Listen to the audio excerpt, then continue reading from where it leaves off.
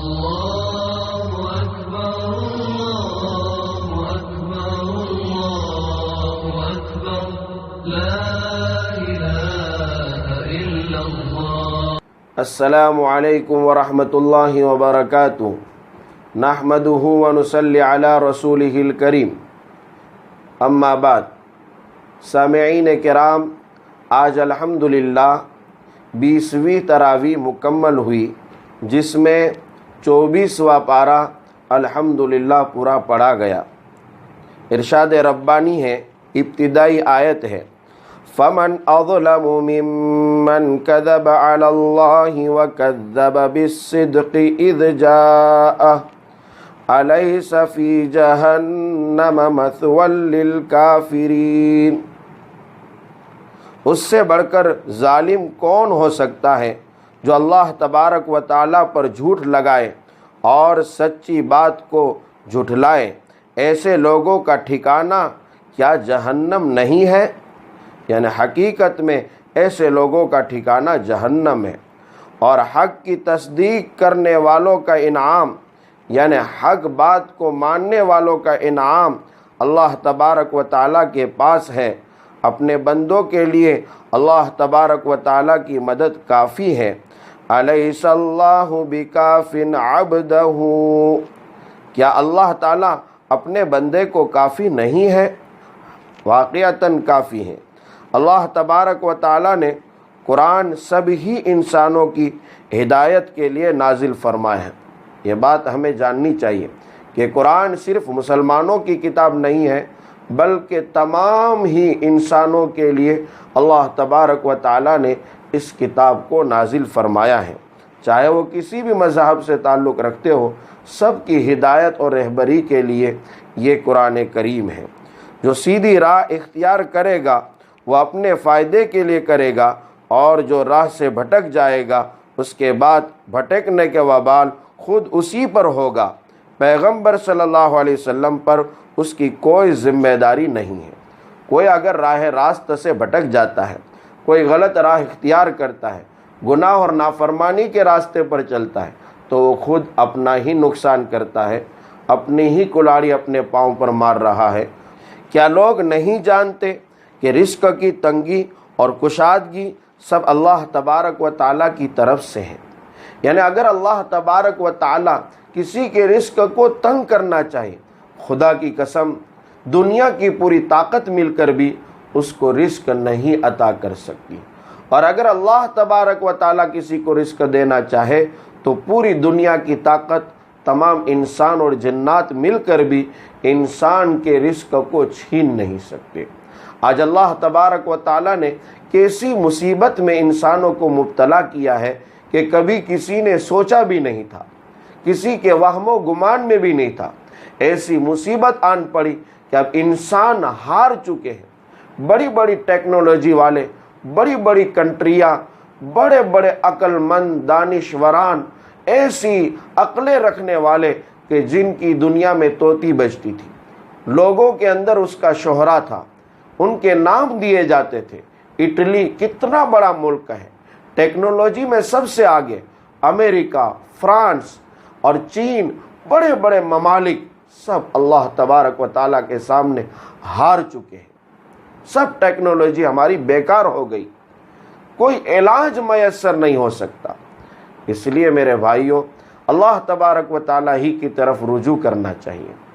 آج 20ویں رات ہے، آئندہ کل سے 21ویں رات شروع ہو جائے گی۔ اب ہمیں آخری 10 دنوں کا بہت اہتمام کرنا چاہیے، اللہ تعالیٰ کی طرف رجوع کرنا چاہیے۔ آخری 10 دنوں میں رسول اللہ صلی اللہ علیہ وسلم خوب اہتمام فرمایا کرتے تھے۔ آپ کی ازواج مطہرات فرمایا کرتی تھی کہ رسول اللہ صلی اللہ علیہ وسلم آخری 10 دنوں میں اپنے ازار کو، کمر بند کو مضبوط کر لیا کرتے تھے۔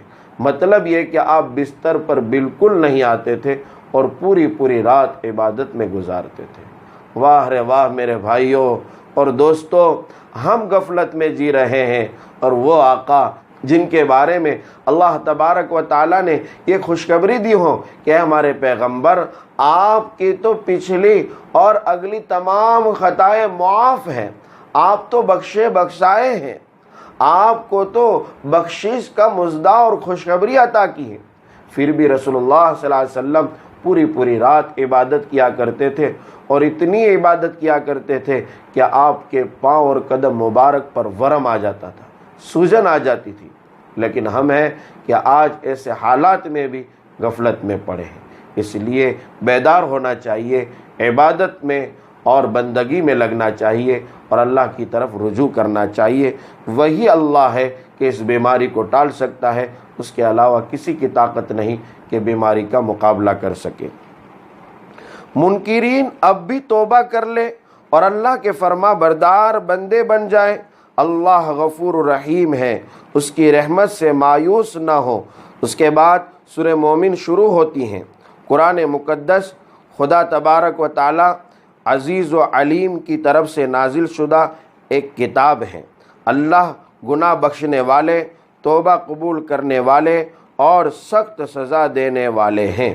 دونوں صفتیں، اللہ گناہ بھی بخشتا ہے لیکن ساتھ ساتھ میں پکڑ بھی کرتا ہے۔ بعض لوگوں کے دماغ میں یہ ہوتا ہے کہ اللہ غفور رحیم ہے، اللہ معاف کر دے گا، نکتہ نواز ہے، اللہ بخش دے گا، بس اسی میں غفلت میں شیطانی وسوسوں میں ہم جی رہے۔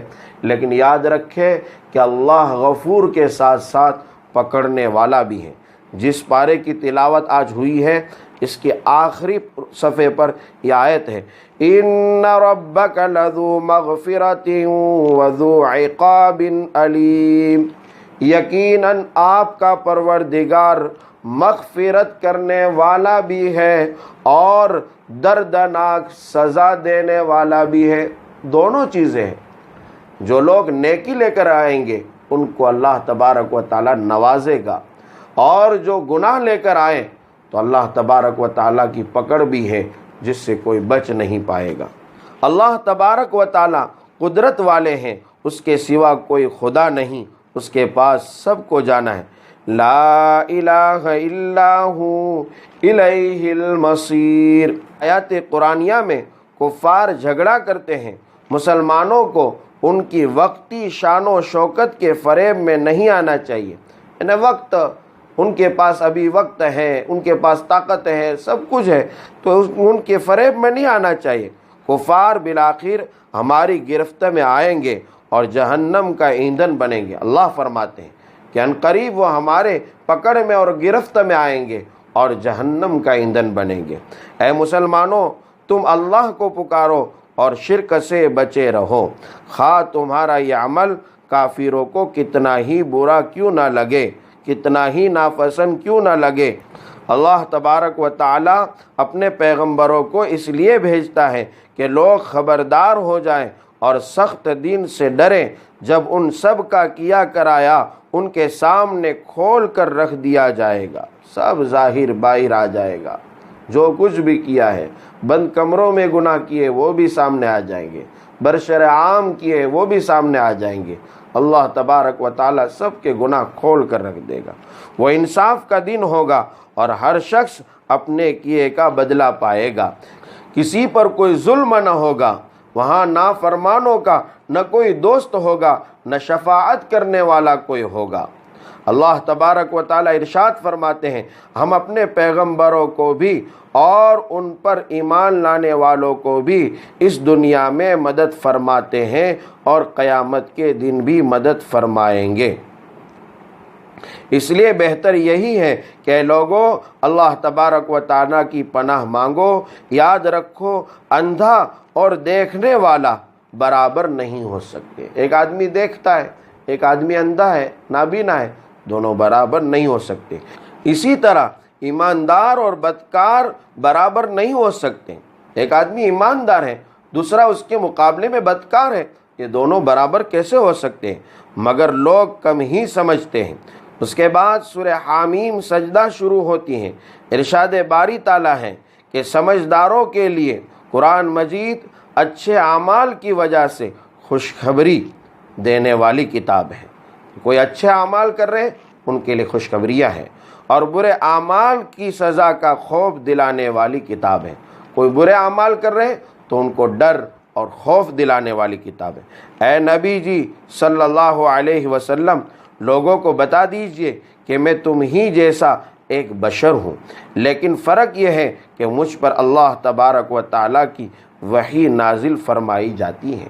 میرا مقام اتنا اعلیٰ ہے کہ میرا کانٹیکٹ اور تعلق رب سے براہ راست ہے، وہاں سے مجھ پر وحی آتی ہے، جس کی وجہ سے میں تمہیں ہدایت کرتا ہوں، رہبری اور رشد تمہیں دیتا ہوں کہ اللہ تعالیٰ واحد ہے، اس کے ساتھ کسی کو شریک نہ کرو اور اسی پر ایمان لاؤ، اپنے برے اعمال سے توبہ کرو، زکوٰۃ ادا کرو، آخرت پر پورا یقین رکھو، جہاں روز حساب تمہارے تمام اعضاء تمہارے اچھے اور برے اعمال کی گواہی دیں گے۔